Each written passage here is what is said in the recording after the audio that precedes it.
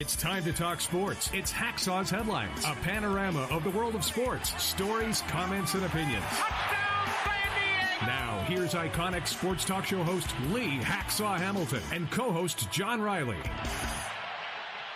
Who wants to talk sports on a Thursday? We do. Good afternoon, everyone. This is Lee Hacksaw Hamilton, along with my co-host, the irreverent John Riley. We're broadcasting from our Dixon Line Lumber and Home Center studios in San Diego, and we welcome you to our Thursday podcast. John, unbelievable number of late-breaking stories. We're going to fan out. We're going to go a lot of different directions in the world of sports. Well, this is Thursday, right? So we can have the big podcast. Looking forward to it.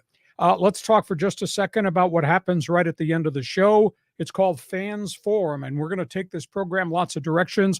We are challenging everybody who's part of our live stream team.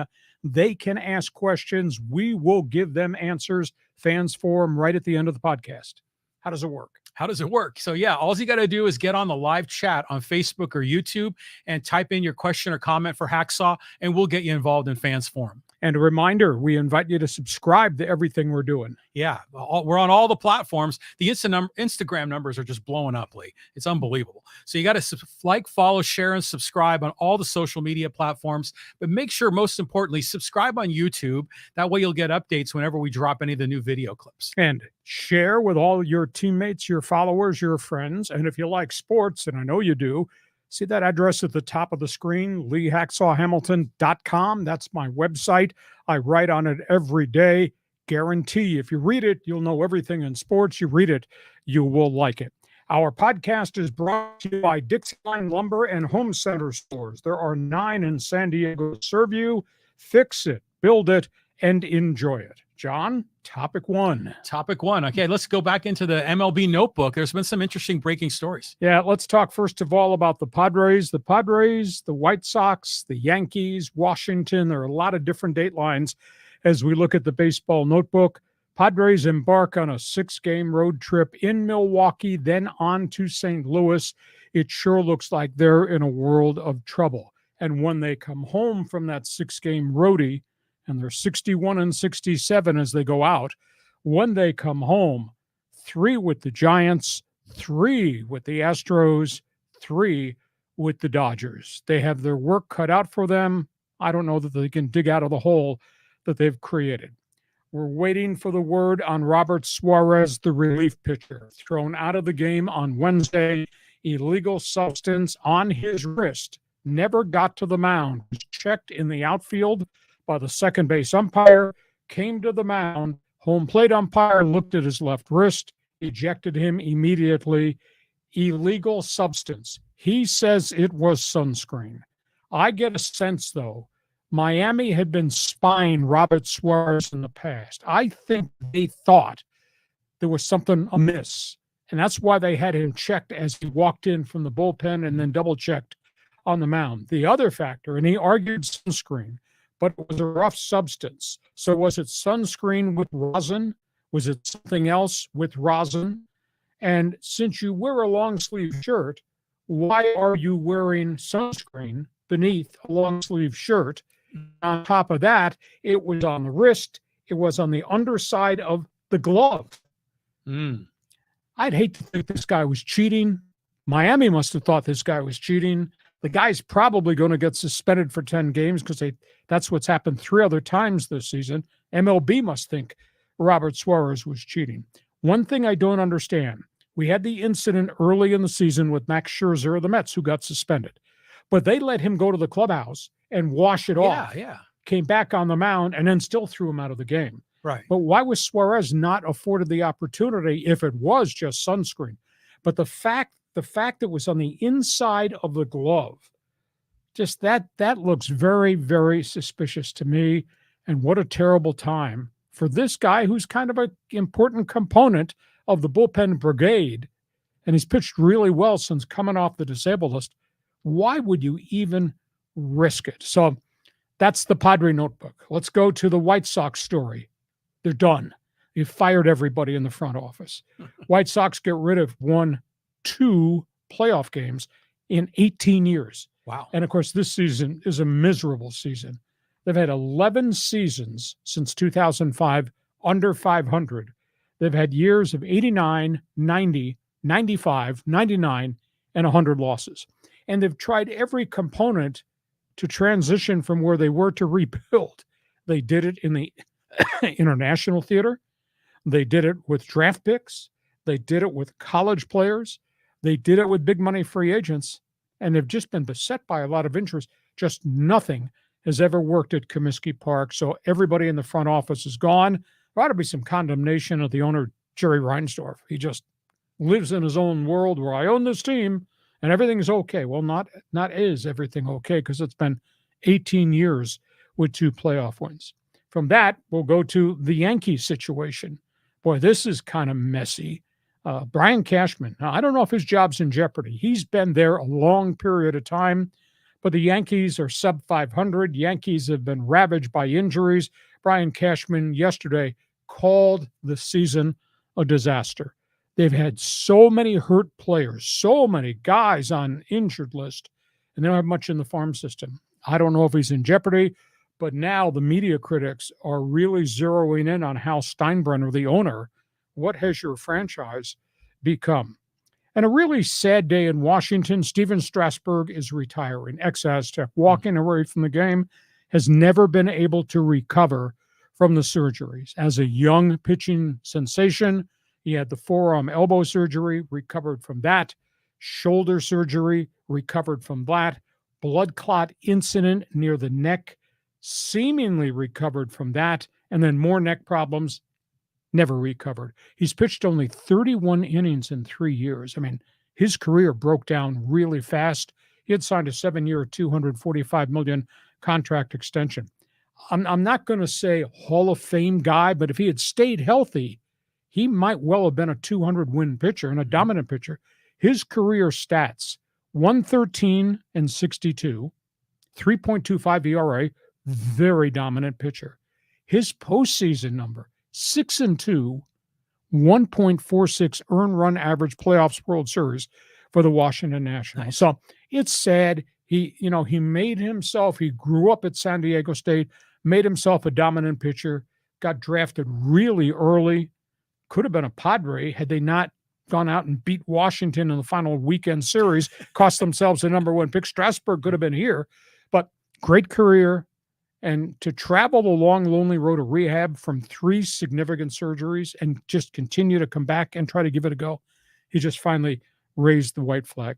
So, John, you got your Padres, the White Sox, the mess that the Yankees have become, as we say farewell to Steven Strasburg. Pick a topic. Tell me what you think. I mean, there's so many on the table there, but let's talk about the White Sox, because it wasn't that long ago that they had a really great farm system. Mm-hmm. And a lot of those players we were all expecting to be really good. I mean, like Eloy Jimenez, and there was a bunch of other names. Luis Robert, and I mean, yes, there was a whole collection, and they all got to the top, and they've never been able to stay on the roster. They were always hurt. Yeah, so it's so unfortunate, because the GM, the president, they're going to get blamed, right? Which makes sense. They got to take the heat.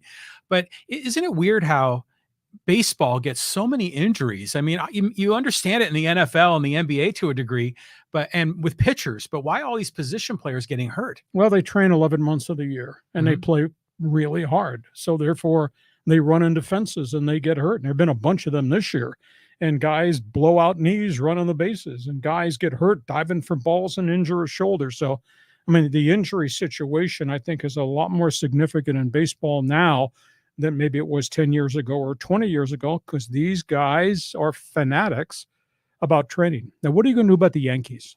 Oh, they need to be a substantive team. They need to be a competitive team. I mean, they're the evil empire, right? At least for some of us West Coast fans. But again, it's just like the injury thing blew everything up, just like the White Sox. So, again, I go back to comparing all these franchises and their strategies, and signing all those big names rarely works. We've seen that with the Yankees, the Mets, the Padres, where the Dodgers spend big money, but they have a strategy with a lot of good farm players. And it seems like that is the secret sauce. Do your friends in San Francisco know you're becoming a Dodger fan? Have they just heard this? I'm not a Dodger fan, but you got to give props to what they deserve respect. And what do we say about Strasburg's career? Oh yeah, I mean, special guy, local hometown guy, one of two Aztecs that were MVPs in the finals of their respective sport. So we're all rooting for him, but it would have been the Padres' luck to get him, sign him to a $245 million deal and lose him. But didn't Strasburg leave money on the table when he retired? Because he has a few years left on his deal, doesn't he? He's in the middle of a 7-year, $245. Now, maybe insurance is going to cover that. I don't think he's given money back to the Washington Nationals, but what a cruel part of the game. I mean, this guy was dominant, and this guy had to reinvent himself a couple of times because of the significance of the injuries. He blew his elbow out at Syracuse in AAA, and he came back. And then there was the shoulder issue. Then he came back. Then there was the blood clot in the shoulder issue. They had to remove a rib, and he tried to come back from that. And then he came, but then he developed a neck situation. Jeez. And that's the thing he never recovered from. And you think, I mean, he spent in excess of maybe almost 3 years trying to rehab, and just kept having setback after setback. And then he left spring training after another flare-up, and that obviously was the end of the equation. But what a really fine pitcher. And, maybe we argue, maybe he's the greatest Aztec baseball player of all time, with all due respects to Mr. Padre Tony Gwynn. But holy cow, yeah. No, I mean, he's up there, but he's not the number one. I mean, who else? So what other ball players? I mean, there's Mark Grace, Bud Black. I mean, what other ball players played there? Tony Gwynn Jr., Bobby Meacham. Yeah, I mean, there were a whole bunch, but at the end of the day, we'll put Strasburg right next to Gwynn as being a great Aztec for life. So no doubt, but phenomenal. Tough break. I mean, imagine just spending your whole life playing ball, getting to the highest level, and then everything starts breaking down. It's got to be the most frustrating thing in the world. And then you rehab and you're ready, good to go, and you break down again and something else breaks. And just kept happening to Steven Strasburg. Speaking of breaking down, this is a really terrible story. Yeah, the news broke. I mean, Shohei Ohtani, this is a big off season for him. Well, Showtime is done as a pitcher this year. We have yet to determine whether he's going to need surgery. He has a partial tear in the ligament in the right elbow, the ulnar ligament. A couple of years ago, he had ligament surgery, missed an entire season pitching. It ends what has been an unbelievable season for this guy. 44 home runs, 10-5 record, dominant strikeouts to inning ratio, and the fact that he's a two-position player, hardly ever misses a turn, always in the batting order all the other days of the week as the designated hitter. This is really tough. And as you allude to, he becomes a free agent. So now does this change the dynamics of what the negotiations are? Are you signing Ohtani for the future to be a 46 home run hitter? He's got 44 and 46 now the last 2 years.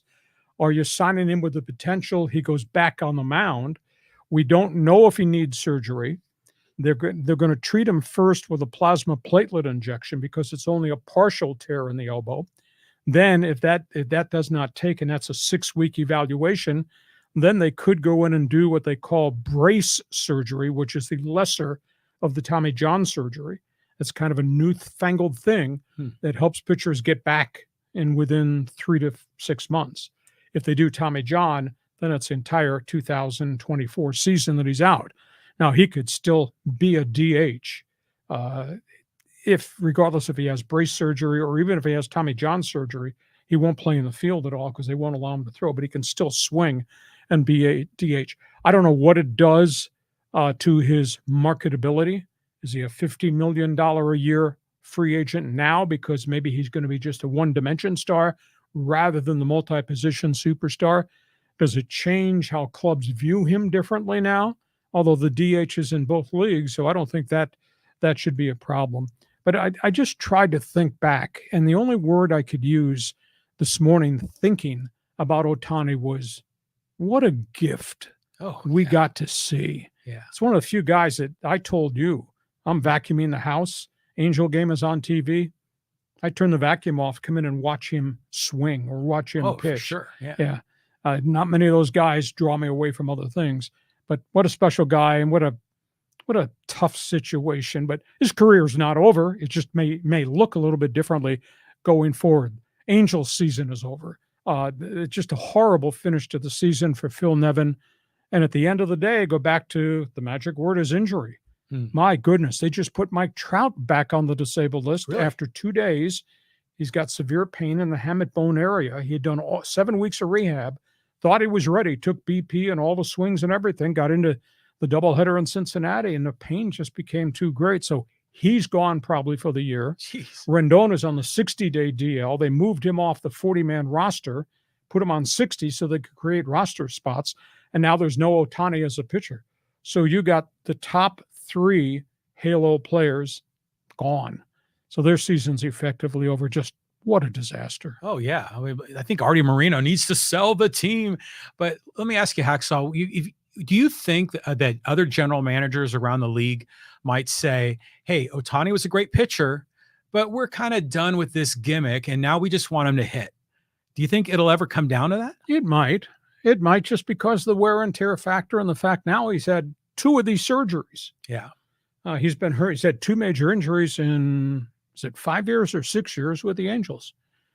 That being said, sports medicine's phenomenal. If it's brace surgery, he can probably come back. There's a lot of guys who have come off some form of elbow surgery that are still pitching and pitching pretty well in the major leagues. But tough blow for him. It'd be fascinating to see now how other people view him.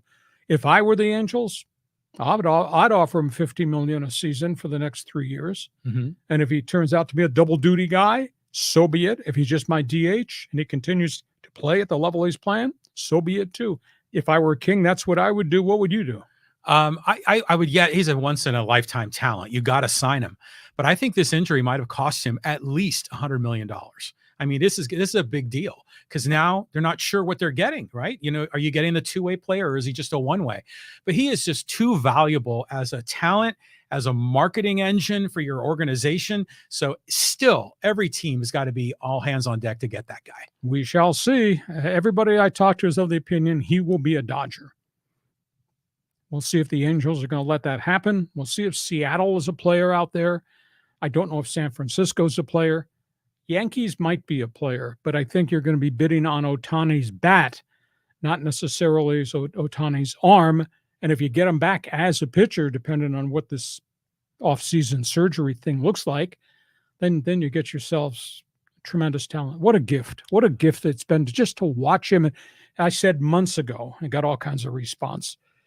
If anything happens and he exits Anaheim, just say thanks. He gave us 6 great years and just leave it at that. Now, we didn't have enough to talk about with injuries. Now we got lawsuits in baseball. This story is not done.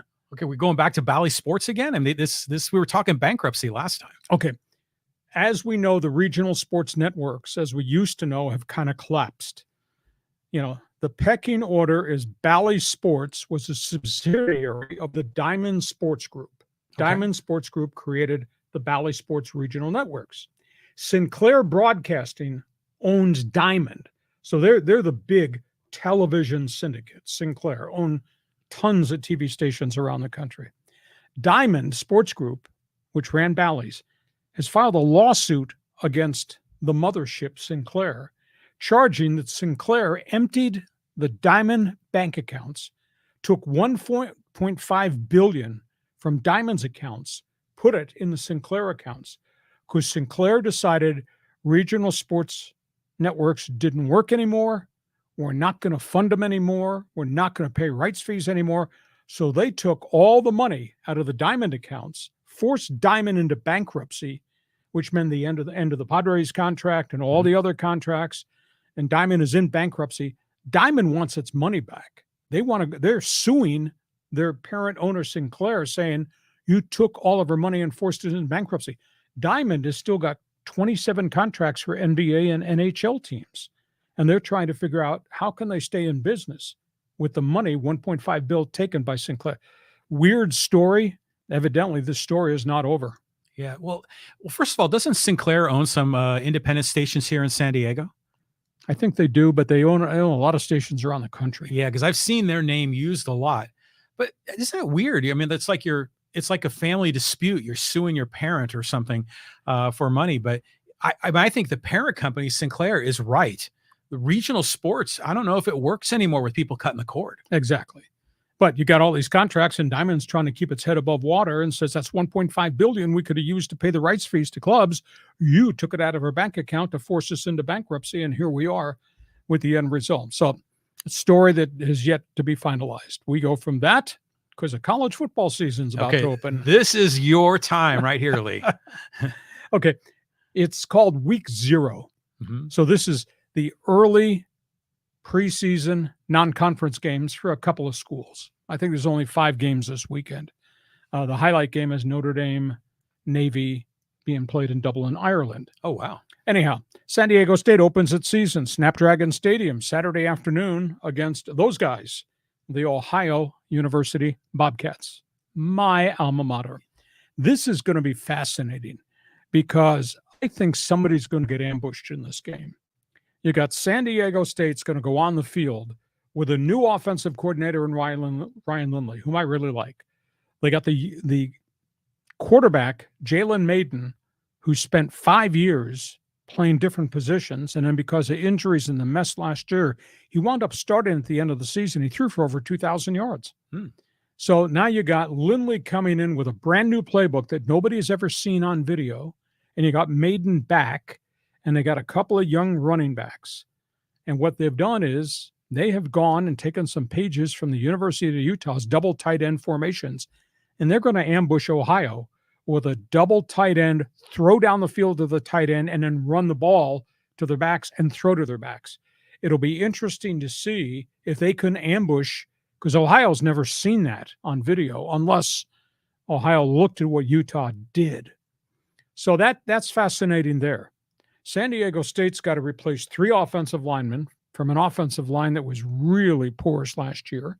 They don't have quality wide receivers.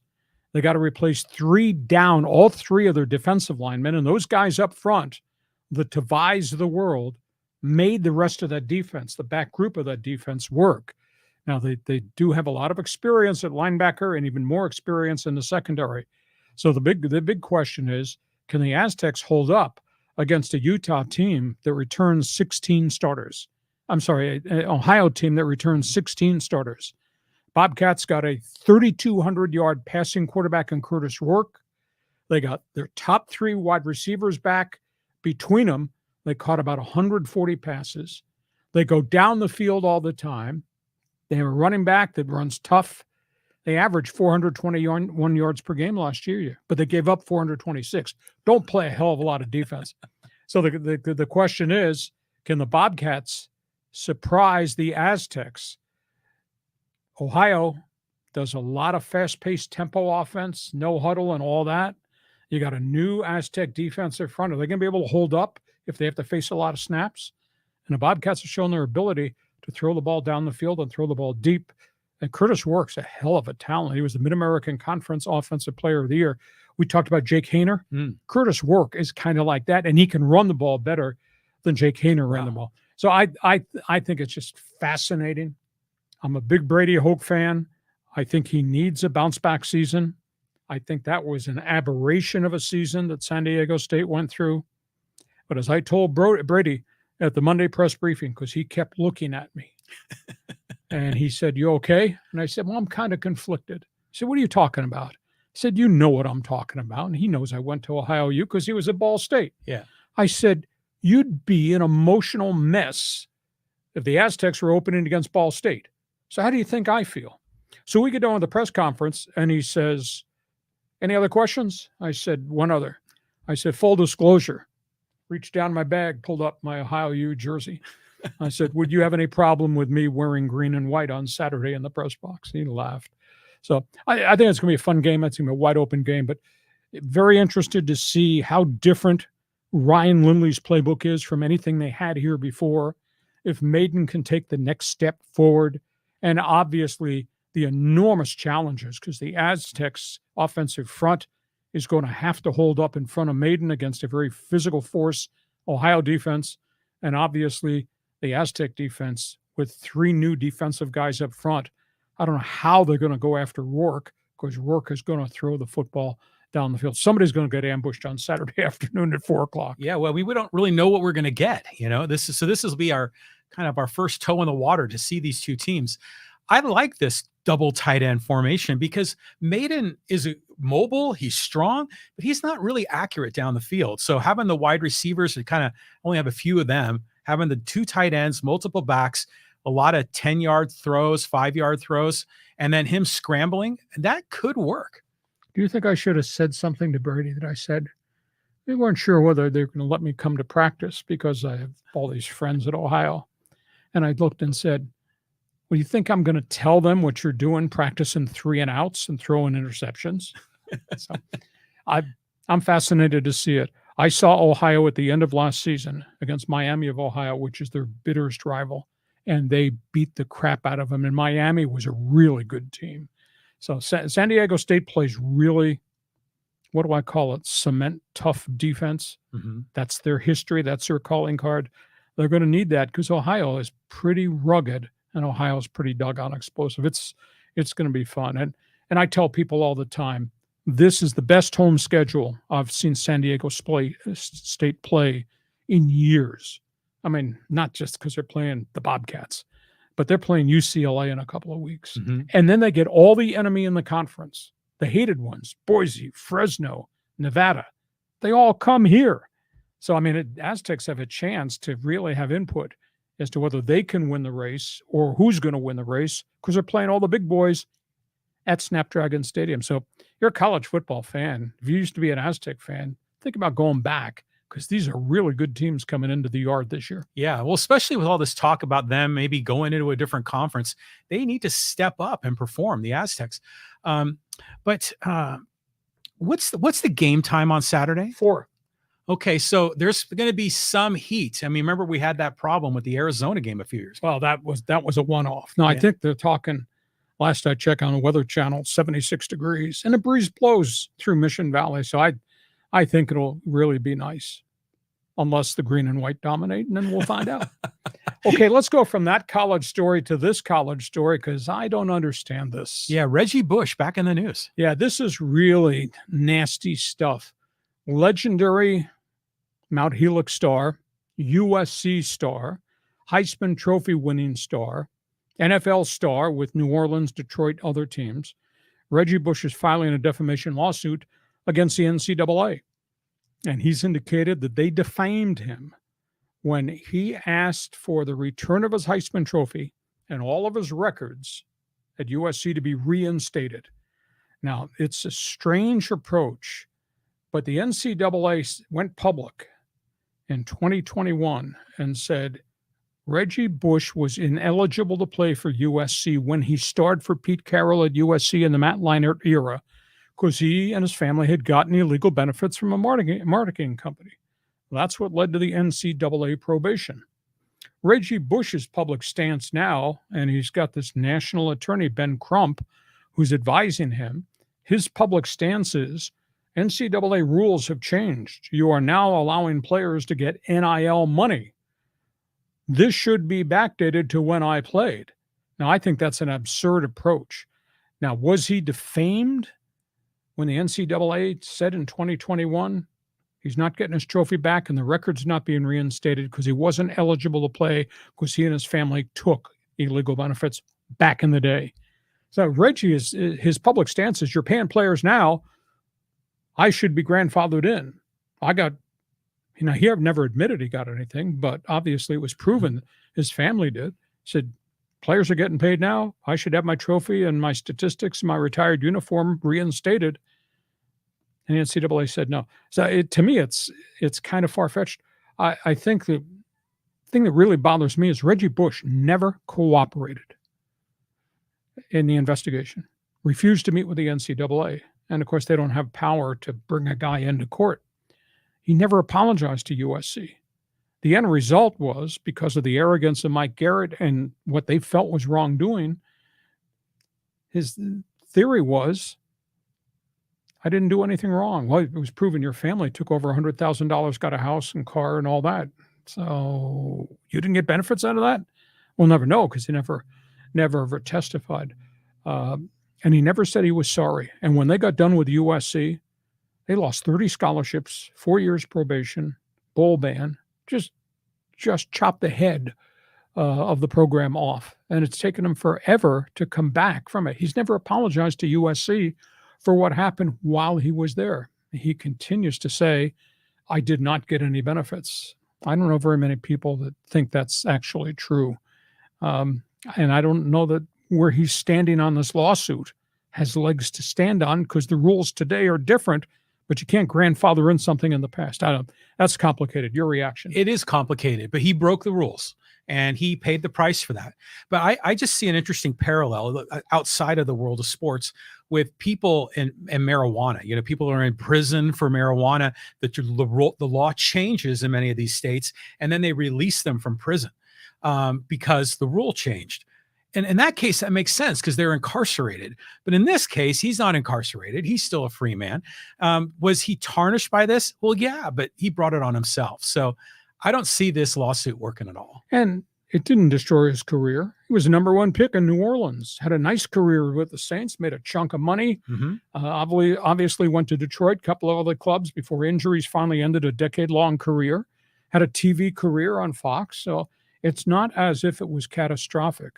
You know, he can say through his lawyer, I never accepted anything. Well, we don't know that, but he says the NCAA was unfair. Well, we don't know that either. He tried to bring former running back coach Todd McNair, who lost his job at USC for either lies or lack of cooperation. That case eventually was overthrown in court. And he said, see what they did to Todd McNair? Well, look at what they did to me. Well, I don't know that case has anything to do with the Reggie Bush case. It's very deep. It's very complex. I just not sure I can connect the dots on this whole thing, because did it damn his reputation a little bit? Did it damage his career? No. Had a hell of an NFL career too. So that's where we are in that situation. One other note here in pro football before we get to halftime of our Thursday podcast. We've got the big board here, Lee. So let's dig in. Yeah, you know, we got one weekend of preseason games to go in the NFL before the season starts in a couple of weeks. Massive roster cutdowns come, and we got controversy. Kansas City is not Kansas City right now, and their star defensive tackle, Chris Jones, is not there and says he's not going to be there. Chris Jones has a year to go on his contract. He wants a pay upgrade that would take him to about $25 million, which would put him number 2 on the pay list behind Aaron Donald of the Rams. And now he says, I'm not coming in. And he can sit out. This is odd. Even though he's got a year to go on his contract, he can sit out 8 games in a dispute. Now he's going to lose 8 paychecks. He's going to lose $7.5 million if he sits out 8 games. He has to be there the 9th game. Otherwise, the contract tolls into next season. He would still owe him another year at the old price. But he says, I'm not coming in. And he's been fined $50,000 a day since camp opened at the end of July. But when you're making $15 million, I guess it doesn't matter. But see, he's not coming, and Kansas City doesn't have a solution to that. Indianapolis, they've reached the end of the road with Jonathan Taylor. He's had a masterful 4 years with the Colts, 4,800 all-purpose yards. He's not in camp, asked to be traded. They gave his agent permission to work a deal with another club. Tuesday is the deadline for, if you got a deal, you better show up and tell us what it is. But they're asking for a number 1 pick for Jonathan Taylor. Who wants to take on his contract? Then you have to take on the reality he's a walk free agent at the end of the season, and what's it going to cost me to keep him? And then you have the intangibles. He's coming off ankle surgery, and before that a back injury. But yeah, he's still a hell of a player. 6.1 yards per carry, 4,800 all-purpose yards, does everything. Indy's going to trade him. They're not going to release him, but they will trade him if they get the price. If not, he's got to play, because if he doesn't play, that contract tolls into next season. He still owes him a year. Tampa, this story's just broken. Baker Mayfield, who's won the starting quarterback job for the Bucs, former Cleveland potential star, went to Carolina, washed out. Tampa Bay in a rebuild situation, sues his father. His father runs a big investment firm in Cleveland. Sues his father for $12 million missing money that Baker Mayfield gave his father to invest. Wants to know the accounting. Where is the investment? Family has not given him that. He's filed suit against his father. So won't you be glad when the season starts, you won't have to deal with Chris Jones, John Taylor, or Baker Mayfield's father? Go ahead. Yeah, well, I get it that the players, they want to negotiate. Their only leverage is to not show up, but they're leaving all that money on the table. I mean, it just seems to me the right answer is take the money because you've got the contract and then negotiate when the contract's over. I mean, because you're putting yourself in a bad spot here unless he thinks the team is going to cave, and I imagine they won't. I think the big issue, though, John, if you're playing on a one-year contract and you get hurt in week 3 of the season, and now you have no leverage when you become a free agent. That's why the stars, that's why Chris Jones, that's why Jonathan Taylor, before they step back on the field because of the, quote, injury factor in the league, of the opinion, pay me a multi-year deal. Give me my signing bonus. Everybody else is getting it. Now, these guys are all asking money from another solar system. It's not just a pay bump. It's taking Chris Jones from $15 million to $25 million, just like that. And Jonathan Taylor wants to go from $4 million to $10 million. Have they outplayed their contract? Yes, they have. Have they been unbelievably productive? Surely. But do you take them to the top of the stratosphere to get them into camp and play? And then how does that impact your cap and all the other guys? Because you got to deal with 53 guys and a salary cap that is inflexible. So I guess I understand it. But geez, giving up, if Chris Jones does not come in, give up $7.5 million of your salary and then play half a season and walk at the end of the year, or get franchise tag at the end of the year and repeat this thing again. Tough call. Tough call, you know, and going to Baker Mayfield, I'm rooting for him to have success in Tampa. He's a character. Yeah. And he had a lot of, you know, upside when he was drafted, a lot of hope, and it didn't work out. Maybe he can take the Bucs down the, you know, to, you know, have some success. But the funny thing about it is like suing your father, which is weird, but it's also these investments, because a lot of times these players, they hook up with these investment advisors and they come up with these harebrained schemes to put the money. If they just take the money conservatively and like put it in an index fund, they'd be safe. They'd be fine for the rest of their lives.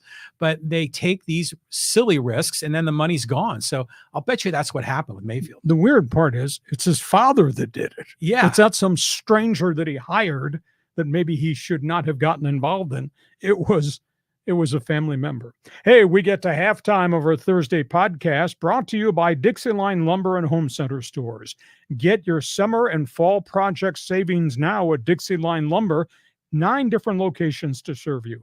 Whether it's power tools, paints, doors, windows, decking, outdoor lighting, patio furniture, or projects for the fall football season, take a stroll through the different stores. Dixieline Lumber, 9 stores to serve you. Check out the great monthly ad promotions, too, on the website, Dixieline.com. Dixieline, filled it, fix it, build it, and enjoy it.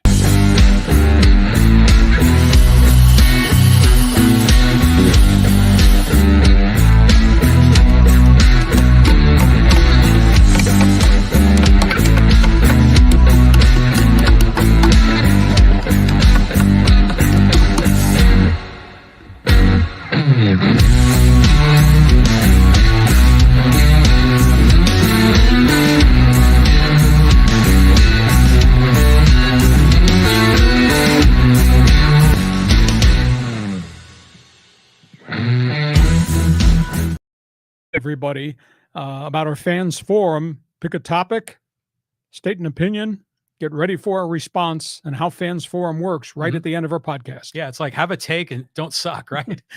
So drop your comment or question in the live chat on Facebook or YouTube. I know you got a lot of questions for Hacksaw about the NFL, the Padres, the White Sox, everything we've covered so far. That's your chance to get involved in fans forum. And we want you to subscribe. We want you to join our team. On the Out of Town scoreboard, we are hoping by Labor Day to get to 3,000 subscribers on our podcast, which is a phenomenal number in just about 1 year's time. And we started this thing, it's all John's fault, posting stuff on Instagram. And John keeps check of the Out of Town scoreboard, all the analytics. And John came back to me and said, do you know that we've had 428,000 views in the last 28 days? Phenomenal amount. Yeah, it's just crazy. I mean, it's blowing up, and especially on Instagram, those short videos, they're only like 59 seconds long, and some of them have close to 500,000 views, just one video. So People are loving Hacksaw. They're loving the sports content. And it's not just in Southern California. It's all across America. And a reminder, if you like sports, pivot from this and go check out my website, leehacksawhamilton.com.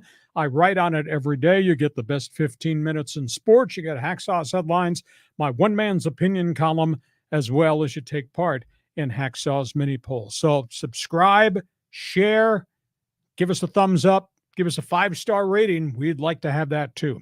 John, we move on to the second half. Man, we got some fireworks off the floor in basketball. Yeah, so NBA news is interesting because we're starting to get ramped up for the season. Yeah, it's interesting, those headlines. Trades, fines, and lawsuits. Let's get started.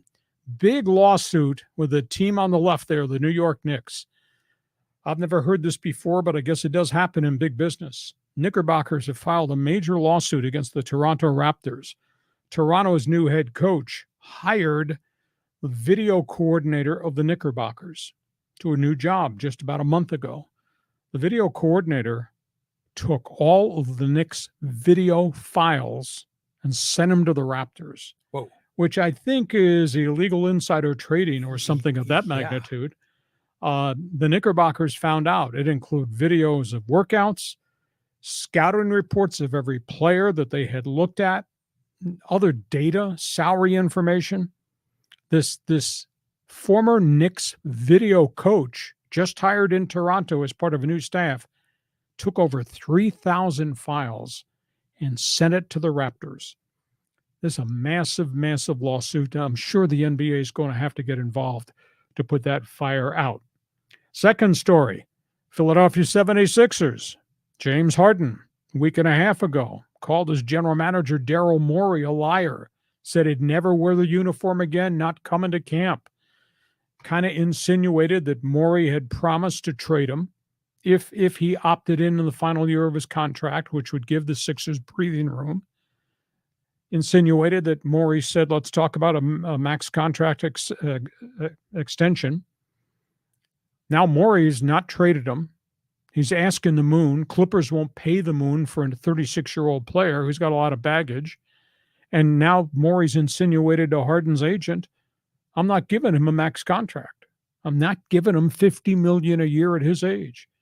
And then, of course, James Harden kind of burned the house down by calling Morey a liar. And now this week, Morey says, our camp opens September 22nd. You owe us a year on your contract. This is really nasty stuff. So I'll be fascinated to see where this goes. Interesting, though, the other guy that's trying to get traded, Damian Lillard, yesterday up in Oregon, told reporters in Portland, yes, confirming I've asked to be traded. I've given everything in my heart and soul I can to the Trailblazers. I would just like an opportunity to go somewhere else. But he stopped short of saying my career is over in Portland. He refused to denounce anything wrong with the Blazers, although the general consensus is he's so disappointed that all their acquisitions have not put the team back in the NBA Western Finals. And he stopped short of saying, I have to go to Miami because that's where I want to go, but that had been insinuated prior. So it's interesting, this Knick mess, the Harden situation, which is really, they're in trench warfare now, and then how Lillard is handling what he hopes would be his exit from the Trailblazers. So go ahead, Mr. Corporate America. Tell me about the employee who's leaving to go across the street and taking all the files with him. I mean, that's crazy. I mean, that's like a breach of proprietary information. It reminds me a little bit of that deal with the Cardinals and the Astros a few years back where someone was hacking into their systems. But yeah, I mean, they got to take action against us. Now, granted, I mean, how much are you going to really learn from watching a guy work out? I mean, you've seen him play on the court. You've seen him play in college. It's not going to be that big of a deal, but still, this is wrong. I mean, the Toronto team needs to fire this guy because you're going to bring him on board. Then what's he going to do with his next job when he goes to, the Lakers? And is he going to send all the files from the Raptors to the Lakers? Can't be trusted. Well, you got scouting report notes. You got conversations with agents about what was discussed as it relates to dollar value of your player. Okay. So there is some real internal information there. But how could this video coach think by sending stuff out on email, there's not going to be an electronic trail that goes from the 212 area code to the 406 area code in Canada. Yeah. How do you do that? Yeah, it's just stupid. It's funny. I've just recently went through some training on cybersecurity issues, and they were talking about this sort of thing. So it's nuts, and they need to use a heavy hand here. Toronto, at minimum, should fire this guy. The NBA will get involved, and there'll be a hammer dropped on a number of people, I think, there, and maybe including the new Raptors coach who hired this guy. Yeah. He hadn't even coached his first NBA game. Think about that story. Okay, from hoops, let's go to soccer. A lot of interesting storylines here. Yeah, there are. I mean, they've got a couple of soccer stories. Team USA in the news. Well, Team USA a week ago fired Vlatko, their head coach, after the failures in the Olympics, and then obviously what happened at the end of the World Cup when they got knocked out in the knockout round.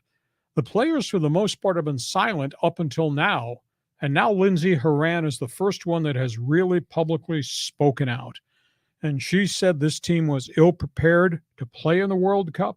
There were huge questions about scouting reports, individual game preparations, the fact that Vlatko was experimenting, moving players around in different positions in practice days before a game. There was no continuity to build this whole thing. So she is really upset about that situation, kind of insinuating Vlatko had to go. Regardless of how well we played, we didn't play really well. Now, my response has been, I watched those games at 3 a.m. really closely. And we had a team that was in transition. Mm-hmm. There's no doubt about that. Lindsey Horan, I thought, had just a great tournament. I agree. Megan Rapinoe did not. Obviously, Alex Morgan had opportunities to score but didn't.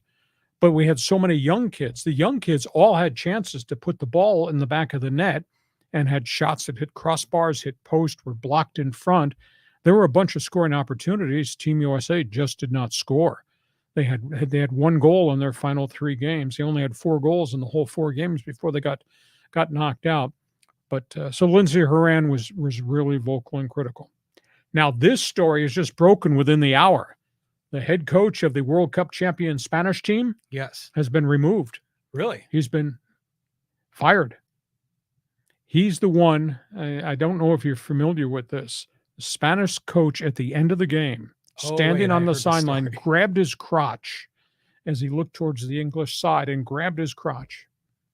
Then he ran on the field to celebrate, grabbed one of his players and kissed her on the lips. Jeez. And then he ran around doing big group hugs with all the other female players. Megan Rapinoe just ripped him at being a sexist and all that. It was just a terrible display. So 24 hours after the story really kind of got out in public, he is gone. Christian Pulisic. Hey. AC Milan. League play. Serie A just starts. 2 goals, 1 assist. Hey, right on. First 2 games. Cool. He's done very, very well. So that's kind of cool. Okay, your response to Team USA, the Spanish coach, and Pulisic in Italy. Well, first of all, the Spanish coach, I mean, that's like assault. I mean, to grab a woman and kiss her on the lips on it, without permission. But I want to talk about Lindsey Horan because, boy, was she tough in that tournament. I mean, she's big, she's strong, she was knocking people around. But she is one in a long list of people that have criticized Vlatko. I mean, remember Carly Lloyd was vocal. A lot of others were really upset with this guy. I mean, Vlatko had this great opportunity, all this talent, all of this pedigree, and it just seems like he was not taking it as seriously as he should. Changing up the lineup or the rotation like a couple of days before the games doesn't make any sense. They'd move players because of injuries to different positions right before they play a game. I mean, Julie Ertz was moved to midfield. She's not a midfielder, and they asked her to be the catalyst to make plays. They gave her like 1 day's notice to do this. It's like, sounds desperate. Yeah, it was strange. And I grant you, they lost Betty Sauerbrunn. I mean, she was their best fullback, best defender, and she went down with a knee injury. I think they had 3 significant injuries. But I guess I don't understand Vlatko's approach to training when the players are saying we weren't intense enough. If he was going to make changes, we needed to practice what they were doing. And I watched a chunk of the Spain-England game, the championship game, and I've never seen pinpoint passing. as I saw Spain. Holy cow, as they were coming up the field, boom, boom, boom, boom. They had like 100, I'm going to say 140 pass completions. England had less than 90.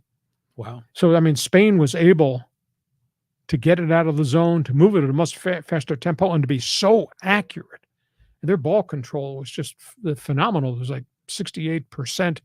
They controlled the ball during that game against England. They beat them only 1-0. But so, you know, you got to prepare to play the way you're going to play in the tournament games. And as Lindsay said, they didn't do that.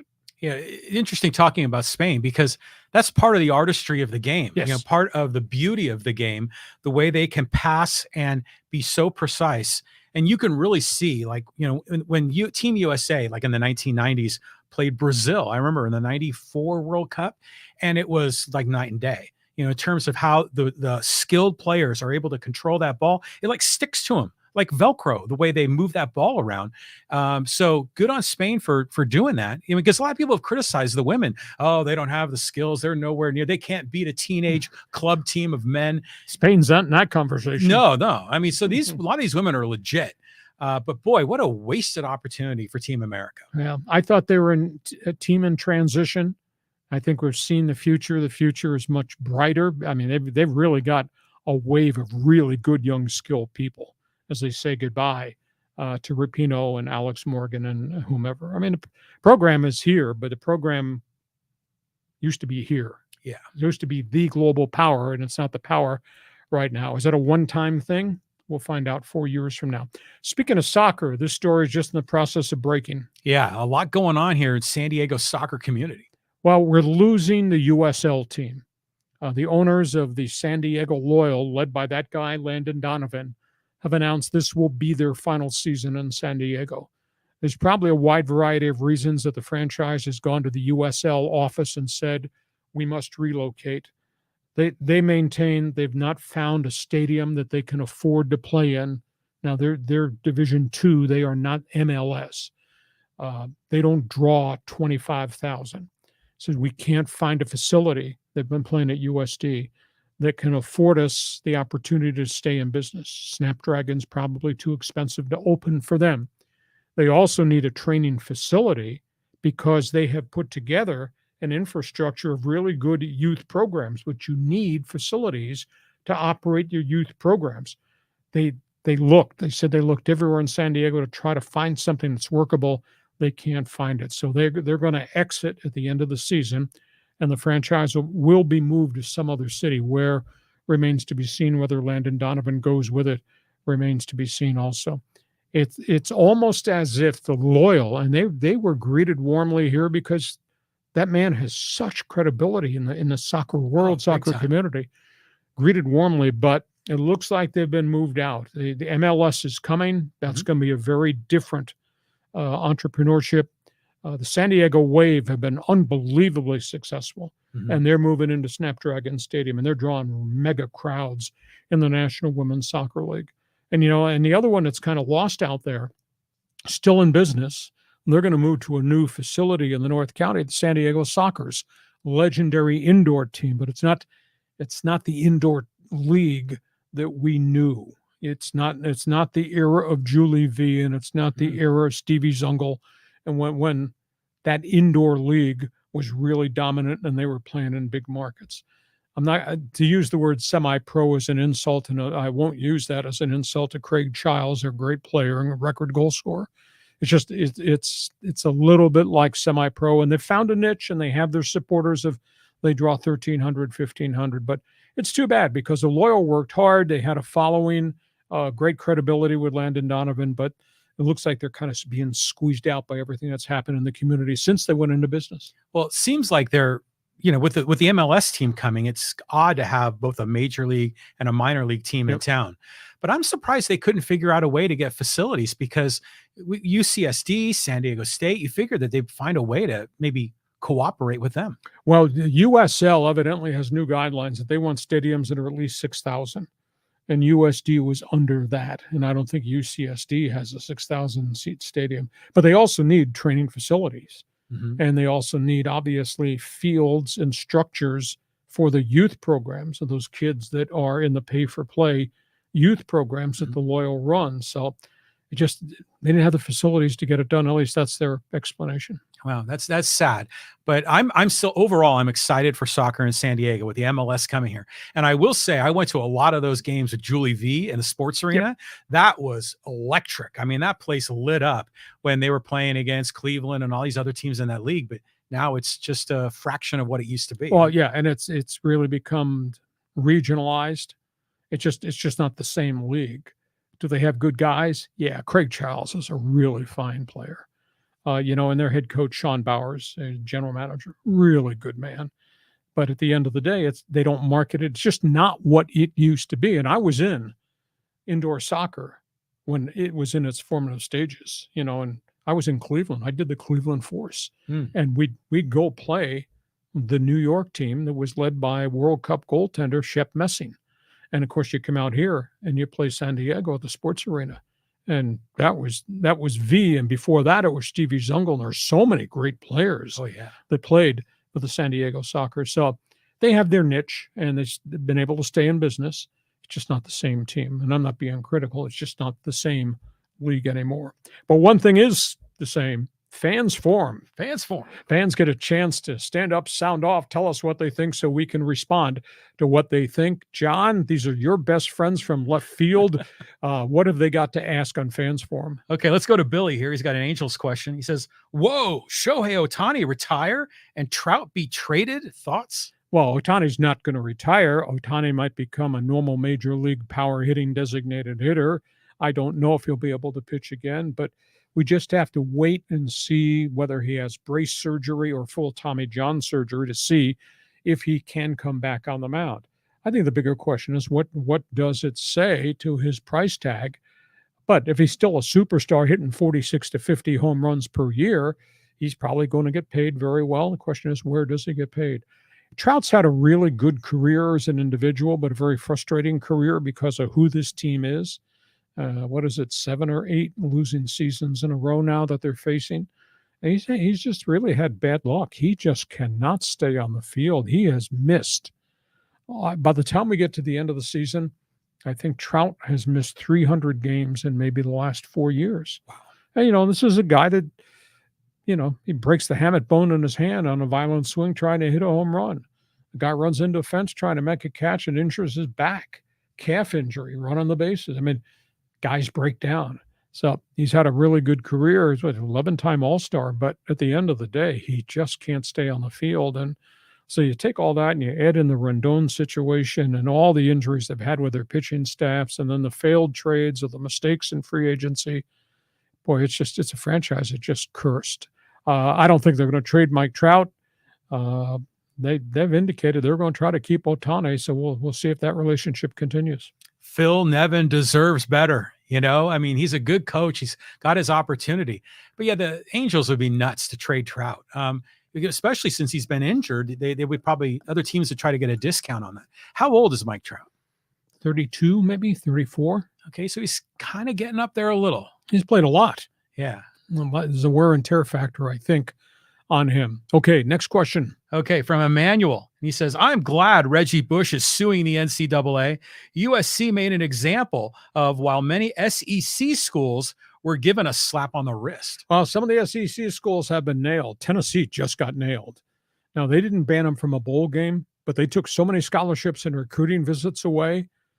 Josh Heupel is not going to have an ability to win any games at Tennessee. So that's a pretty significant discipline they just handed out to UT. The sanctions have been really hard to show any fairness because they've been all over the place. You look at mistakes and you look at trouble and you look at Ohio State and illegal benefits that led to Jim Tressel getting fired as head coach. And then you look at what they did to USC and you look at obviously what was done in the past. The Southwest Conference was dirty as you can believe. Mm-hmm. SMU, Eric Dickerson, Craig, all those guys. Craig James, right? Craig James. So the consistency in the NCAA has really been an issue. But at the end of the day, the fact that Reggie Bush refused to cooperate with the NCAA investigation, to me, that's a huge credibility thing that's wrapped on him. And the fact that his family, they didn't deny it. Guys got convicted because of what they did. So it's pretty hard for me to buy that he didn't get any benefits out of this. His family got all the benefits.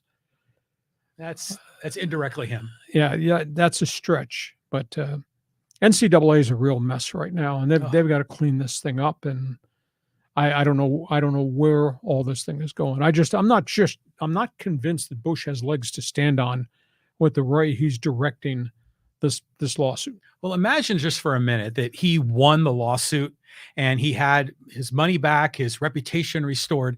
Well, then you could go back in time and start overturning a lot of things, like the Michigan basketball program would get their banners back for their championships, UNLV basketball. I mean, we could go down the list.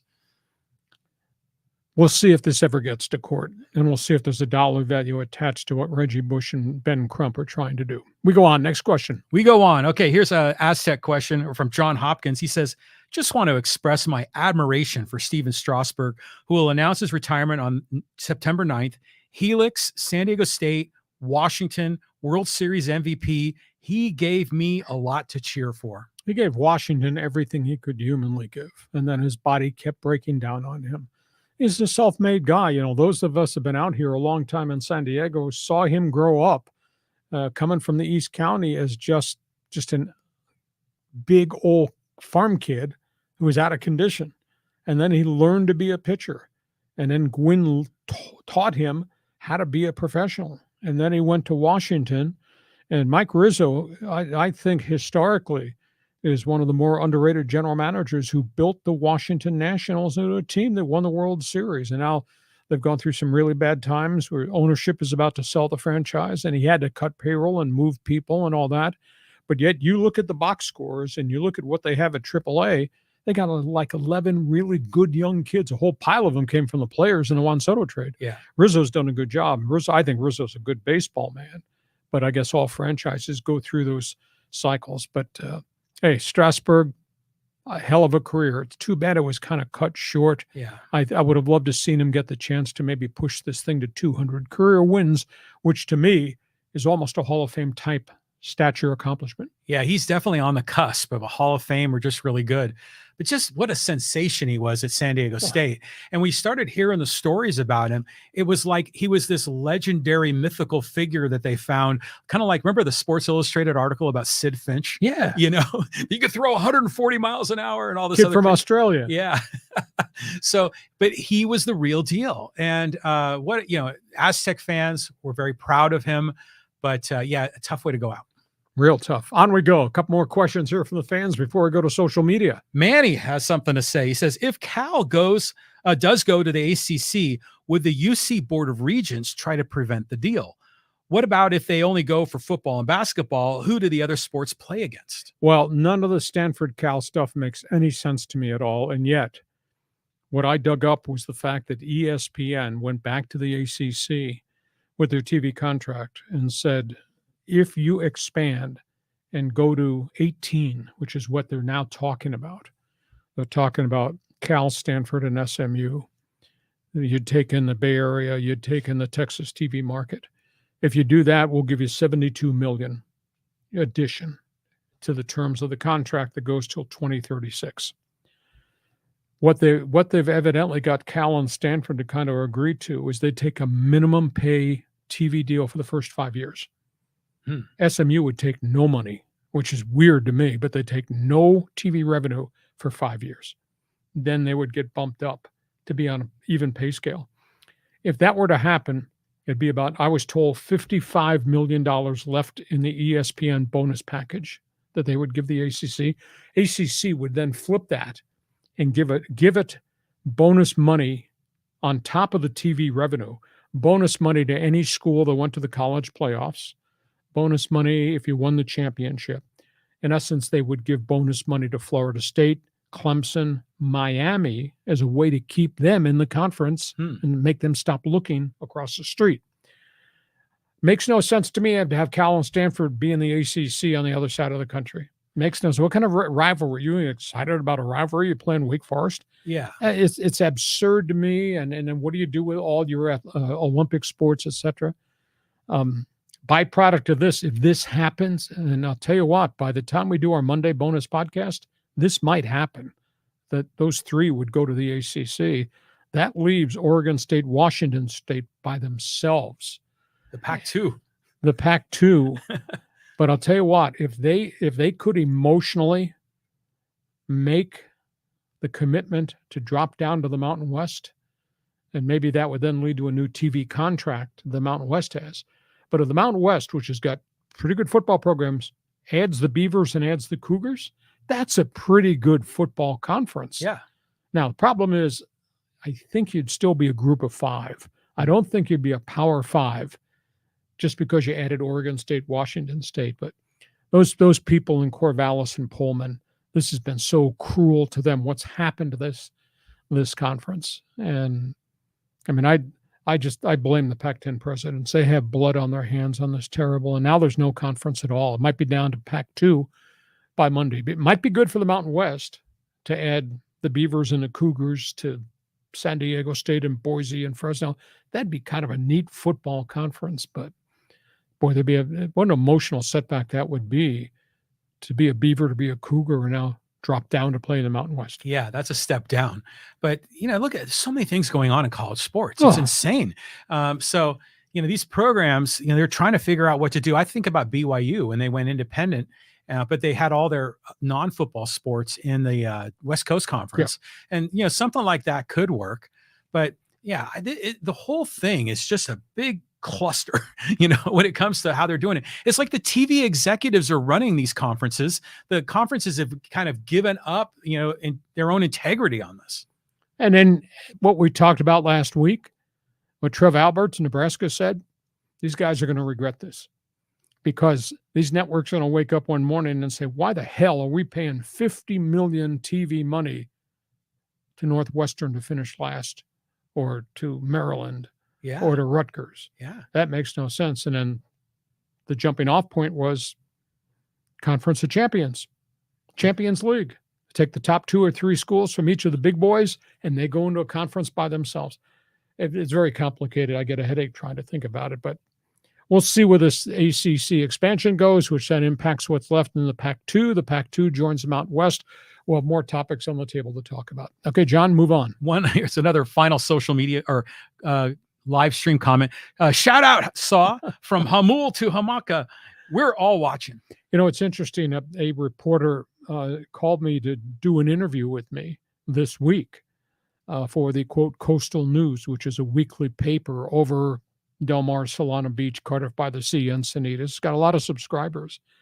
And I thought he was calling to make light of the fact the Aztecs play my Ohio Bobcats. We wound up talking about the history of sports talk radio. So if you're really interested, just go to their website. I think it's coastalnews.com and see the article that Jay Paris wrote about what we're doing now on our podcast, what we're doing on social media, what we're doing with my website. So it was a very complimentary column. Yeah, I enjoyed it. What was that line you had about the Raider fans? Oh, Raider Nation out of jail on bail. Call now. Good stuff. We all remember those days in 690. Let's get some social media comments in here. And here's the good one here about the Dodgers, because there's been so much smack talking in our Instagram on the Dodgers. Why the hate? Oh, just so much. Yeah. And this is from Gerardo, and he says, I don't hate the team, but I hate what surrounds them. Most of the fans are trash. Their columnists, their sports announcers are so full of bleep. Obviously, the team is top 3 in the league, and for the strut it has with 1 World Series ring in the last 34 years, it's a trash supporter team. The Giants have 3 rings these past 12 years, and I don't see them acting like cocky like the Smurfs do. Guys from San Francisco here, friend of yours? Or? I don't know, man, but it's coming down hard. Now, I can't agree with everything you say that the Dodgers announcers are bleep. I'm sorry, Vin Scully was not that. Oh, yeah. End of the day, the Dodgers are a really good organization. And if yes, they've only won one World Series in 3 decades, but winning a World Series is really hard. The Giants were the uniqueness. Atlanta's had a great franchise for all those decades, a chunk of them with Bobby Cox, and they did it one time. So, I don't know whether it's the LA San Diego emotion, the relationship, big team, little brother down the freeway. But at the end of the day, the Dodgers are in first place, and the Dodgers are probably going to wind up play the Braves sometime in the National League playoffs, and the Padres don't get it done again. So this conversation, I'm sure, will go on and on and on. But I think you do have to respect the history of Dodger baseball. And I mean, they have been front runners and groundbreakers in terms of a lot of things about the business of baseball and the personnel of baseball and where they go get all the players of baseball. I think we view the Dodger leadership differently than we view the Yankee leadership when it was owned by Steinbrenner. And then we view the Dodgers differently than Ted Turner in Atlanta or the people up in the New England nation, the Red Sox fans. So I think it's been a great organization. Padres are a great organization at this point in time, but they haven't gotten the job done. Well, I think, as far as our organization, Jackie Robinson, Fernando Valenzuela, everybody from the Pacific Rim, Hideo Nomo. I mean, just so many great signings. And, again, I grew up a Giants fan. I'm a Padre fan now, and it pains me to say it, but they're a good organization. But the smack talking in the Instagram is insane. And it's basically fans hating on fans, not too much hating on the team. On we go. We got a couple more social media here. Okay, let's go here to again, talking about conference realignment. Here's one. This is from Adam, and he says, anyone reporting Miami to the SEC isn't doing their homework. Multiple sources have reported the SEC is not interested in adding Miami. This is why Florida State is working with Clemson, Florida, Alabama, Auburn, and Georgia. They would all block Miami. Well, I think Florida State and Miami are kind of emotionally joined, but I don't know at this point that there's going to be a divorce, because I think also there's a chunk of people that say, well, you're thinking about Florida State's greatness during the Bobby Bowden era. They haven't been great for a while. So Florida State's not what Florida State is. Neither are the Hurricanes. And if this is all about money, and if the ACC does this weird deal with Stanford and Cal and generates more money in their own bank account for all these teams, then I think the ACC probably stays in place. But there is disparity. I mean, Clemson is at a different level than Virginia and everybody else in the Atlantic Coast Conference. And Florida State used to be at a certain level, and the Hurricanes used to be at a certain level, but have not been for a while.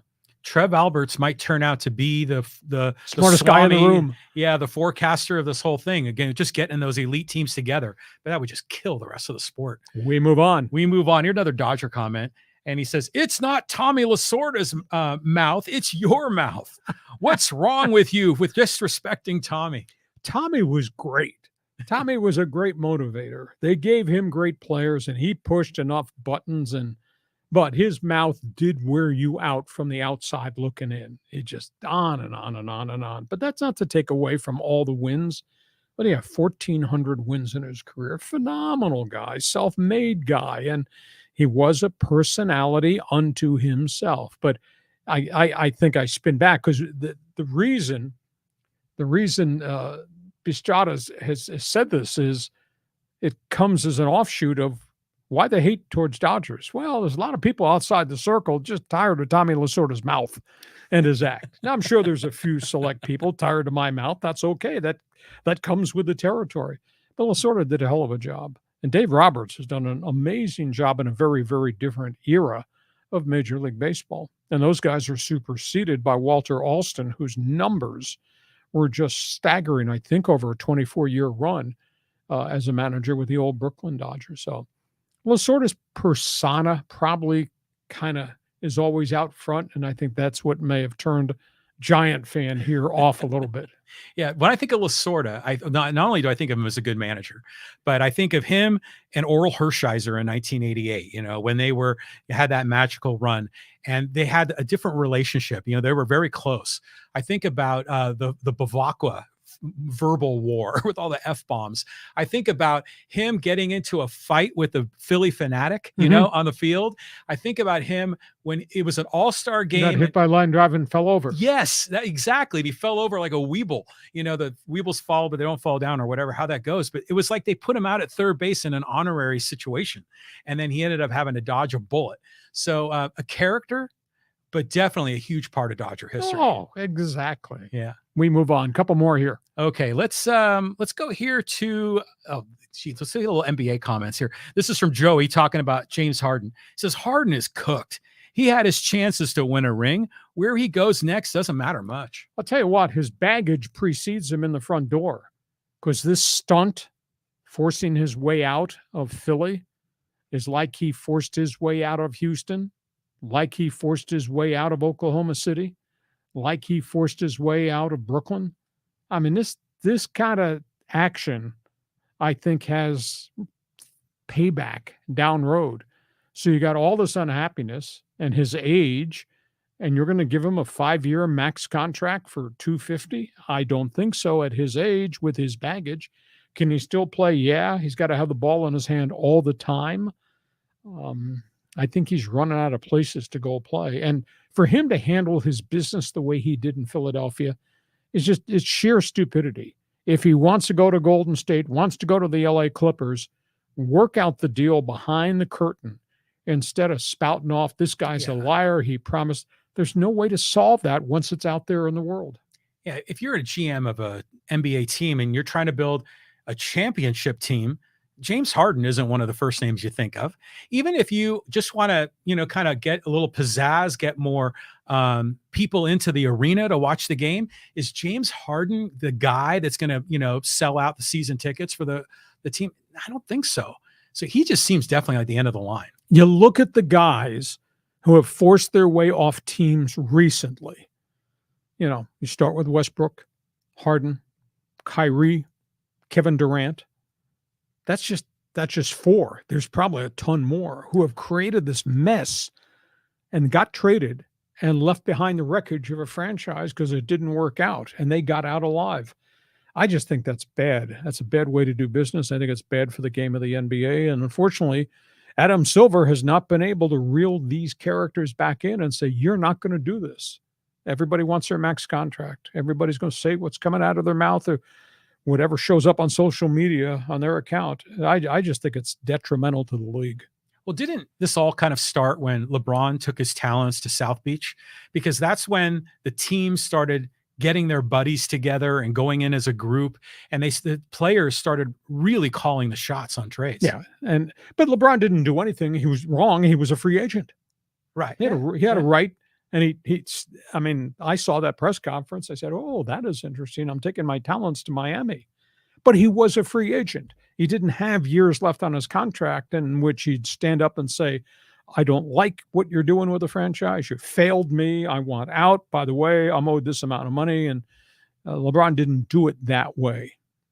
And I think everybody resented, I'm taking my talents to South Beach. I think that was the wrong phraseology to use. But yeah, it's odd. He did go back to Cleveland. Mm-hmm. And he was welcomed with open arms, and they did have success in the second run with LeBron James. Hey, listen, we hope you've enjoyed what we brought your way on Thursday. A reminder, we do a bonus podcast come Monday. We want you to subscribe to everything we're doing on the podcast. Please check my website. It's all written. I guarantee you'll really like it. LeeHacksawHamilton.com. Tell your friends, share with everybody. If you like, give us a thumbs up. You need to give us 5 stars because we have no pride. We need all the friends we can get. John, have yourself a great sports weekend. $10 bet. I got the Aztecs. You got the Bobcats? Oh, well, my favorite phrase is, don't screw with my team. I'll take green and white. Hey, our broadcast brought to you by Dixon Line Lumber and Home Centers. Fix it, build it, and enjoy it. Thanks for being with us on our Thursday podcast on Hacksaw's Headlines.